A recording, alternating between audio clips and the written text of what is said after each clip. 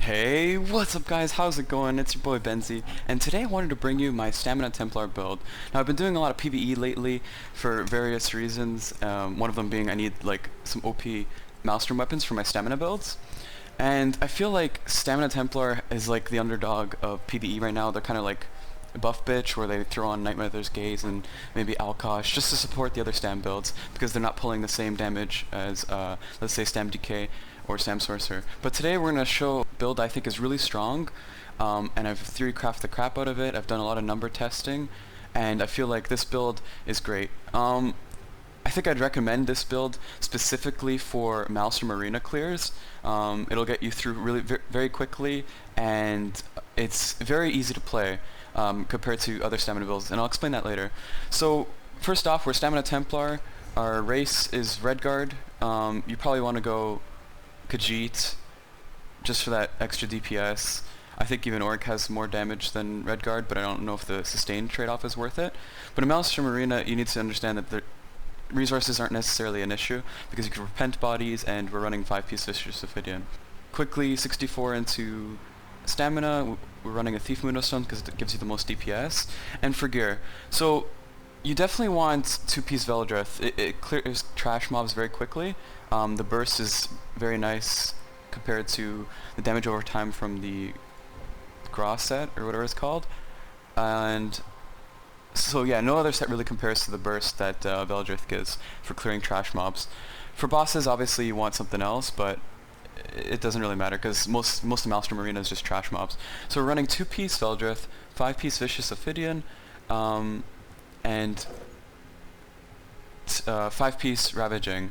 So preferably you want to get Ravaging weapons, which are pretty difficult to get. So if you don't have like a server full of Ravaging weapons just sitting in the auction house, or enough alliance points to just go splurge on it, then you probably want to go with all Ravaging jewelry, 2-piece heavy Ravaging armor pieces, and then for weapons you could just go Maelstrom Arena weapons and 3-piece Vicious Ophidian. So you'd miss out on the weapon damage and the crit and the 5-piece Vicious Ophidian passive, but the trade-off isn't so bad. The Maelstrom Arena weapons are very strong. Just quickly, you want Divines on all of your armor pieces. Unfortunately, we only got like 4 pieces. Gloves, pants, boots, and sash.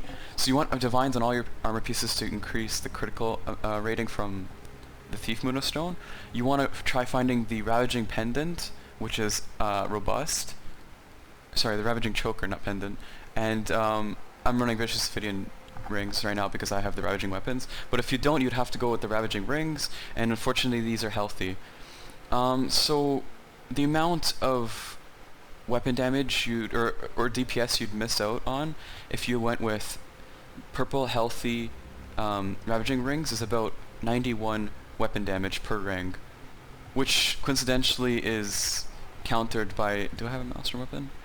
Which is the equivalent to the Maelstrom weapons. So by using Maelstrom weapons, you're mitigating the fact that you have healthy rings. But I think it's extremely important that you do find the Stamina Choker, and yeah, that'll help out with your DPS. Anything else I want to mention? No, let's jump right into the spells. I mean, PvE is pretty meta in general in terms of spells. So you want the Poison Inject, you want the Endless Hail for the increased duration, Repentance for all the bodies, Restoring Focus. I've been using Extended Ritual for 90% of the time, but the occasional debuff that Extended Ritual purifies and the small heal and big radius, it doesn't really equate to the tankiness that Restoring Focus gives you. Now this thing is really small on the floor, so I mean you'd have to run in and out of it every 8 seconds to get that major and minor resolve and the increased healing and damage reduction. But it pays off using this at the correct times, just versus having this big AoE. They only have to drop once, but not getting kick-ass benefits out of it like this spell does, Restoring Focus.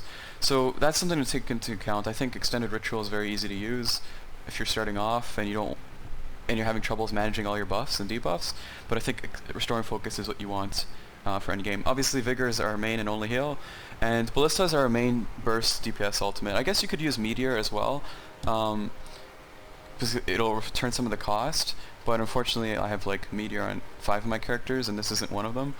So I just use Ballista, and it's pretty strong. It does 45k damage in 5 seconds. It's really good at bursting adds. And for our back bar, we're going a lot of fighter guild abilities to boost up our weapon damage. This build's based on high critical rating and high weapon damage, so that your criticals naturally hit very hard because your base damage is very high. We'll get into stats in a second, but basically you want the jabs. This is your main DPS, your main AoE DPS single target. Bear Trap is also a very strong dot. Power of Light will explain when to use this, and then you got just 2 random fighter guild abilities. I like to have Expert Hunter on my bar just because it gives you the natural weapon critical rating. And Circle of Protection's kind of ghost spell, but it doesn't really matter what other fighter guild ability you have on your bar. And then definitely you want Flawless Dawnbreaker for the extra 5% weapon damage from the morph, and just the 2% from the passive, 3% from the passive. So together we have 3, 6, 9, and 14% increased weapon damage, which doesn't sound like a lot, but when your base weapon damage is already 3686, I mean that's a crap ton of weapon damage. Let me just quickly show you how much weapon damage we're getting from those fighter guild abilities. We're getting 640 weapon damage from those fighter guild abilities. That's a huge deal. That's a lot of DPS. And fully buffed, I think we get, let me see if I have it here. I think it's 5200 weapon damage. Without, okay, yeah, it's 5200 weapon damage just with Ravager, Major Brutality up, but it's 5736 with Major Brutality, Ravaging, and Weapon Enchant proc. Now, since we're not running Maelstrom weapons, we have increased weapon damage and spell damage enchantment on our weapon, and we have this Crushing, or whatever it's called, enchant on our other weapon. I guess you could put a Poison enchant just for extra damage, but I'm just assuming that this is the better enchant for trials, and I don't have time to switch enchants every time I want to do Maelstrom. So another side note, like if you can't find sharpened daggers, the alternative is precise, or even I guess sharpened mace.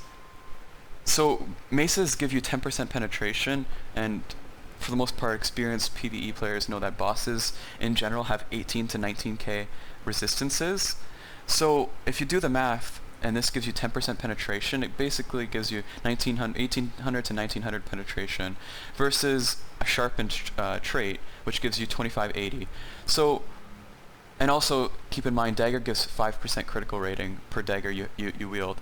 So a dagger gives you 5% critical rating and 2580 penetration if you have sharpened, and a mace will give you 1800 to 1900 penetration, and a precise trait will give you 3.5% critical rating. So obviously it's better to have dual wield sharpened daggers, but if you can't find it, Ravaging Mace is an easy alternative, and you'll be missing out on, what is it, 600-ish penetration, 600, 700 penetration, and 1.5% critical rating, which to be honest isn't a really big deal, but unless you're going for the extreme min-max build, it's more than enough. It'll get the job done for sure.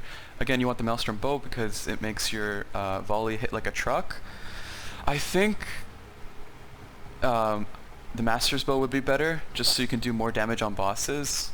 What the Master bow does is it gives you an extra like 450 weapon damage on poisoned enemies, and basically your poison inject is what gives you that increased damage bonus on bosses.